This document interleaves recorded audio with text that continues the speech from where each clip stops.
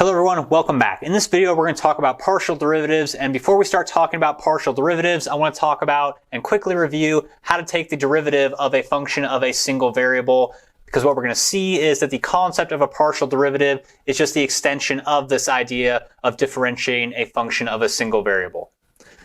So if our function f of x is our function of a single variable, then if we wanted to differentiate our function with respect to that variable of x, one way we could do so was by evaluating this particular limit, the limit as h approaches 0 of f of x plus h minus f of x over h.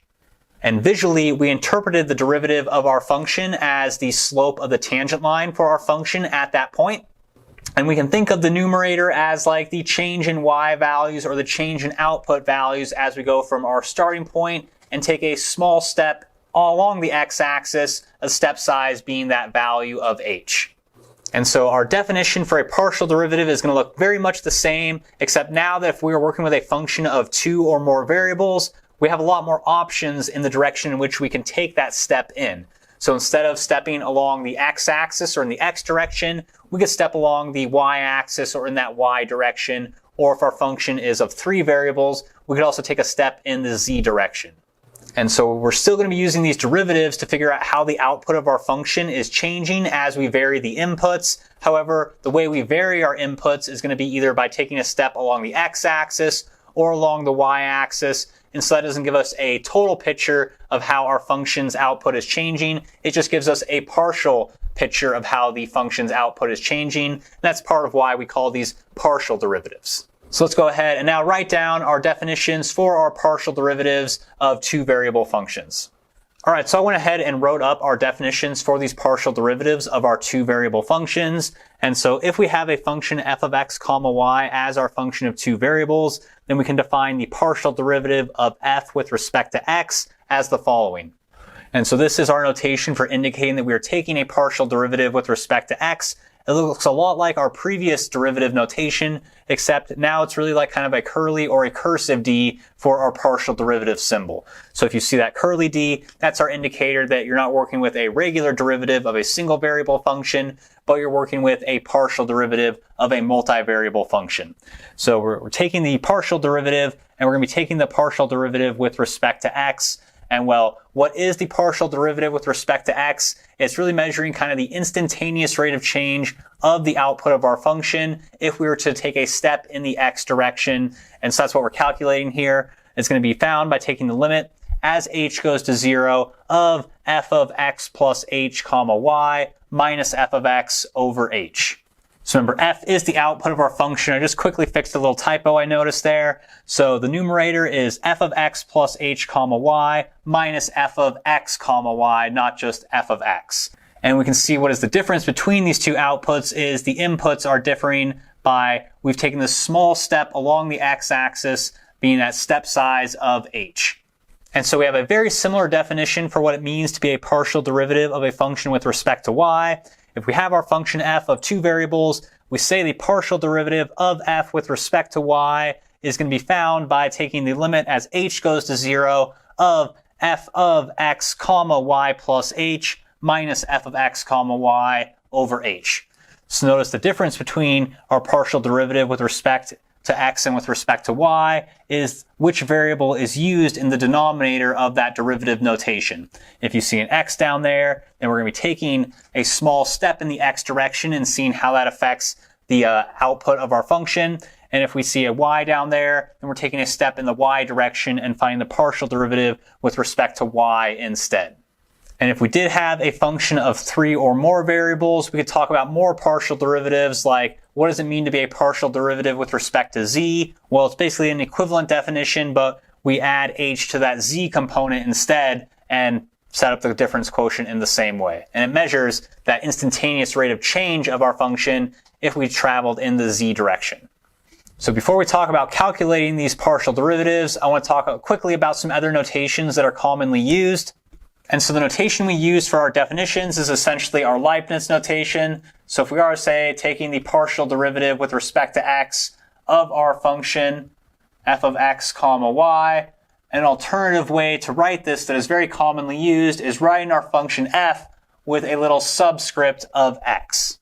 And this means the exact same thing. So if you see this notation or this notation, it means we're taking our function f and we're differentiating it with respect to y. So we're going to be getting that partial derivative of f with respect to y. And there's some variance within that notation. So you might just see that f sub x still with the input included, like x comma y or not. They all mean the exact same thing. Another one that sometimes shows up is like a differential or derivative operator, like d subscript x of f means you're doing this derivative operation with respect to x and applying it to our function f.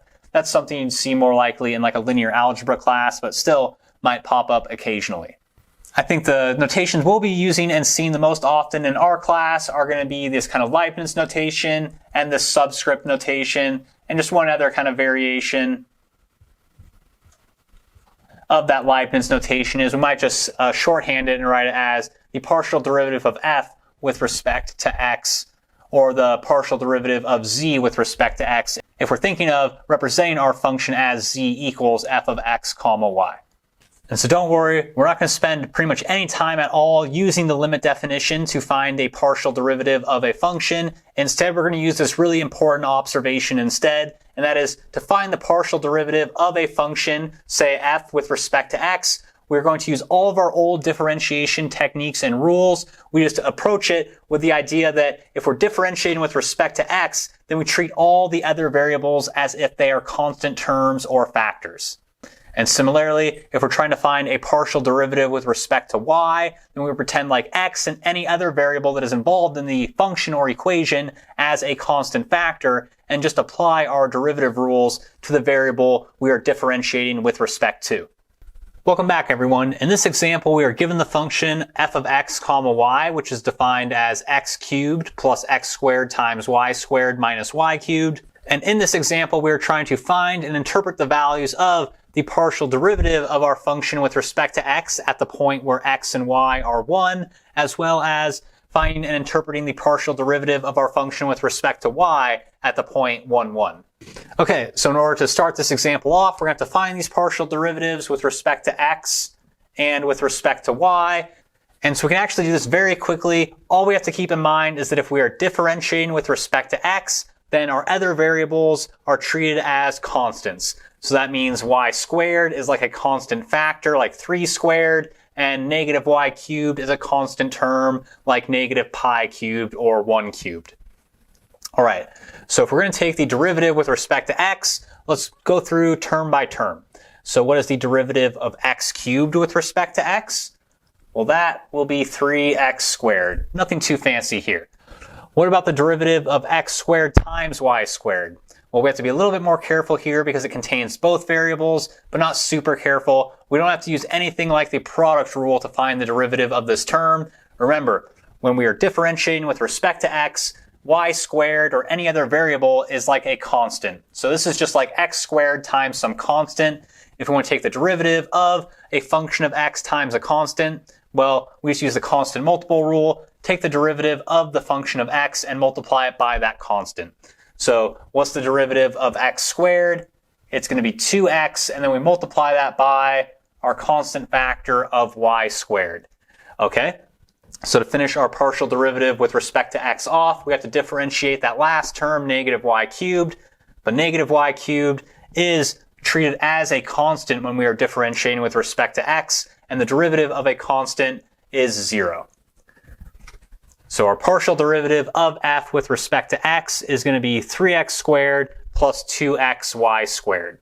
All right, so what about our partial derivative with respect to y? Well, we go through the same steps in the same process, but now we treat x as the constant. So if we are differentiating with respect to y, then x cubed and x squared are going to become constant terms and constant factors when we do the differentiation process. So what's the derivative of our constant x cubed with respect to y? Well, the derivative of any constant is 0. What about the derivative of the next term, x squared times y squared? Well, when we are differentiating with respect to y, we are really just differentiating y squared and multiplying our answer by the constant factor of x squared. Well, the derivative of y squared is going to be 2y. And so the derivative of x squared y squared is going to be 2y times x squared. You can change those order of the factors around if you want. This is just the way I prefer to write it. And so now to finish this off, we have to take the derivative of negative y cubed. We are differentiating with respect to y here, and so that derivative can be found just using our power rule, and that'll be negative 3y squared. Okay, so now we found our partial derivatives for our function with respect to x and y, and these are our general partial derivatives that will work for any point x comma y. So now we need to find the value of our partial derivatives at the point of interest, which is 1, 1. So if I plug x and y equals 1 into my partial derivative that we found for our function f with respect to x, well, x and y are all going to turn into 1. We'll end up with 3 plus 2, and that'll give us 5.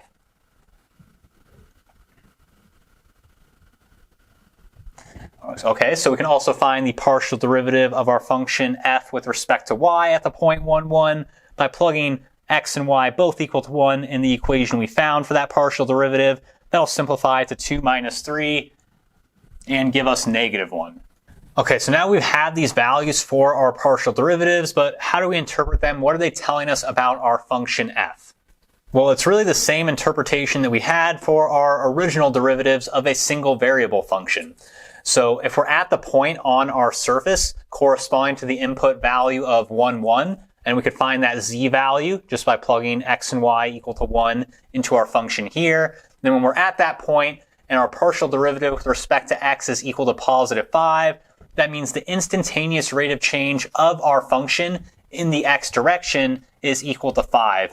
And so that means if our function does have this instantaneous rate of change of positive 5 as we move in the x direction, then we can interpret that as if we're at this point 1, 1, then at that point, for every additional step we take in the x direction, we expect the output or the z value for our function to go up by 5 units. Similarly, our partial derivative with respect to y is telling us what is the instantaneous rate of change of our function if we were to take a step in the y direction starting at our point 1, 1. And well, this derivative is negative, and so that means if we're standing at our point 1, 1 and take a step along the positive y-axis or in the positive y direction, then we expect the output of our function to decrease by 1 and we should be going down. So if we thought of this as a slope of a tangent line in the positive y direction, this tangent line would have a negative slope and this one would have a positive slope. So again, just writing our interpretation down, if we were at our point 1, 1, then the partial derivative with respect to x being equal to positive 5 tells us that our function f is going to be increasing if we move along the positive x-axis, and that value of 5 tells us kind of the steepness or how much we would be increasing by. Similarly, if we look at our partial derivative of f with respect to y and interpret that value of negative 1, it is graphically telling us that our function is decreasing if we move away from our point 1, 1 along the positive y-axis. If we take a step in that positive y direction, we'll be moving down our surface instead of up our surface. Right, and so now we can actually verify this visual interpretation of these mixed partial derivatives. If we go ahead and graph our function and look at the three-dimensional surface on GeoGebra, and so then if we intersect our three-dimensional surface with the planes x equals 1 and y equals 1, then we're going to be looking at these traces for our functions, and what we can see and interpret is these partial derivatives are essentially like we are just traveling along these respective traces for our function. When we look at this trace, we see our partial derivative with respect to x, and we can see how we are on an increasing tangent line to our function. And if we're looking at our other trace, we can see how that's giving us our partial derivative with respect to y, and that trace gives us a decreasing line, and so our tangent line at that point using that trace would have a negative slope. And we're going to build upon this idea later on, because essentially what we do is we take like that tangent line in the x direction and that tangent line in the y direction, and those two tangent lines are going to form a tangent plane. And we will eventually be using the tangent plane in the way we similarly used a tangent line in single variable calculus.